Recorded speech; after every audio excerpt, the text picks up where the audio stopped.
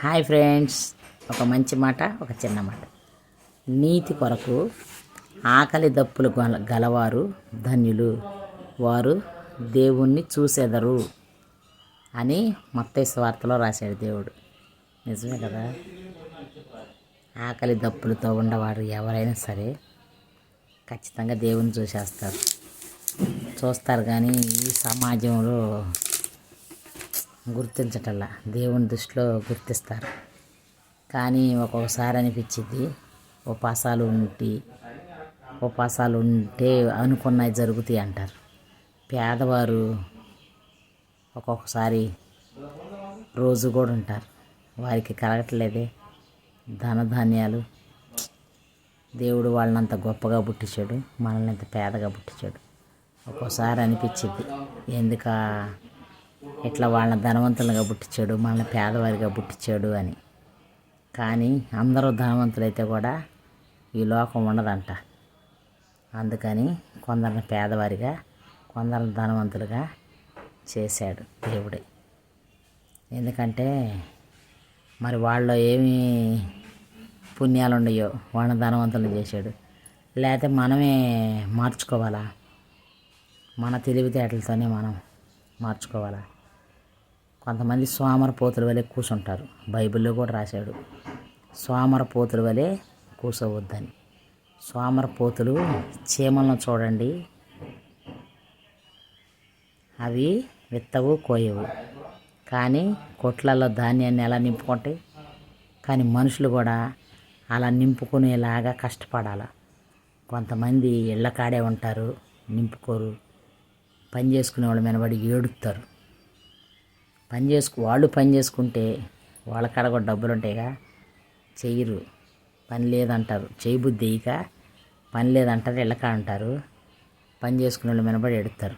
వీళ్ళ కాడకు వచ్చి అప్పు అడుగుతారు, ఇవ్వకపోతే ముట్టిరుపులు మూతిరుపులు పెట్టుకుంటారు.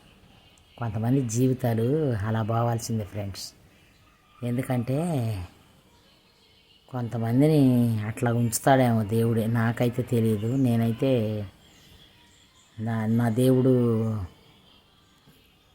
నన్ను నమ్ముకున్న బిడ్డల్ని తలగా ఉంచుతా కానీ తోకగా ఉంచను అంటాడు.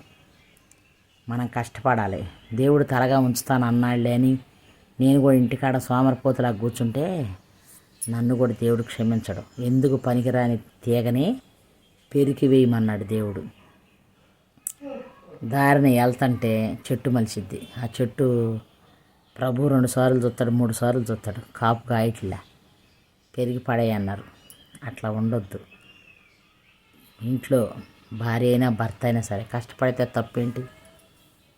భర్త కష్టపడుతూ ఉంటాడు, భార్య కూడా సాటైన సహాయాన్ని నీకు దేవుడు ఇచ్చాడు కదా. సాటైన సాయం నీకు దేవుడు భార్య భర్తలకు ఇచ్చినప్పుడు ఆయనకు కూడా సాయం చెయ్యి. పిల్లల కన్నా చేపు పిల్లకాడ పెడతారు పాపం, వాళ్ళు కూడా మగ మనుషులు. నన్నైతే అంకుల్ 5 సంవత్సరాలు ఇంటికాడ పెట్టాడు.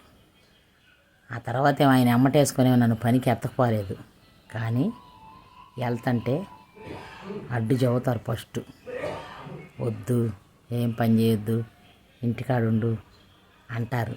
అన్నంత మాత్రాన మనం ఇంటికాడ ఉన్నాం అనుకో, మనమే కష్టాలు పడాల్సి వచ్చింది. పిల్లోడు వచ్చి స్కూల్కి వేసినప్పుడు పెన్సిలే కావాలంటాడు, నోట్ బుక్కే కావాలంటాడు, తలసమరే కావాలంటాడు, పౌడరే కావాలి. ఇవన్నీ ఆడించేస్తాయి, ఒక్కొక్కటి. పొద్దాక ఆయన కష్టం మీనే కొనుక్కోవాలి కదా. అదేదో మనం కూడా కొన్ని పైసలు తెస్తే చేదోడు ఆదోడు ఉండిద్దని నా అంతక నేనే స్వయం కృషితో ముందుకు అడుగేసా. ధైర్యంతో దేవుడు నాకు ప్రతిఫలాన్ని దయచేశాడు. ఇవాళ రోజున ఏ కొదువ లేదు.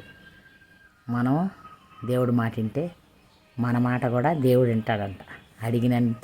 అడిగినంత కంటే అధికముగా చేయువాడు యేసయ్య ఒక్కడే. ఇది నిజం.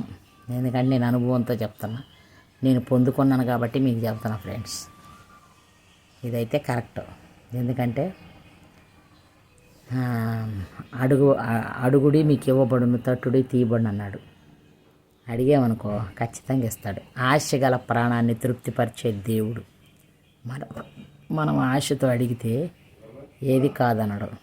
కాకపోతే నమ్మకంగా జీవించాలి, దేవుని వైపున యథార్థతతో జీవించాలి. అప్పుడే నీ ప్రతి పని సఫలమైపోద్ది. మోసకరం వ్యసనాలు, దుర్వ్యసనాలు, వ్యసనాలు రెండిటికి తేడా కూడా ఏంటో తెలుసా? వ్యసనాలు అంటేనేమో ఎదుటి వారి మీద వ్యసనం, దుర్వ్యసనాలంటే త్రాగుడు, జోదం, సిగరెట్టు అలాంటివి చెడు వ్యసనాలు. వ్యసనాల్లో కూడా రెండు చూసారా బిట్లు? వ్యసనం అంటే ఎదుటివారి మీద పడి ఏడుపులు. ఇదైతే మన సొంతగా మనమే దుర్వ్యసనాలని నాశనం చేసుకోవటం, మన శరీరాన్ని మనమే కొట్టుకునేదాన్ని దుర్వ్యసనాలు అంటారు. నిజమా కదా? ఇది కానీ ఈ పాయింట్ నిజమే అన్నవాళ్ళు లైక్ చేయండి, షేర్ చేయండి, సబ్స్క్రైబ్ చేయండి ఫ్రెండ్స్. నా వీడియోని ముందుకు తీసుకుపోండి. ఓకేనా? బాయ్.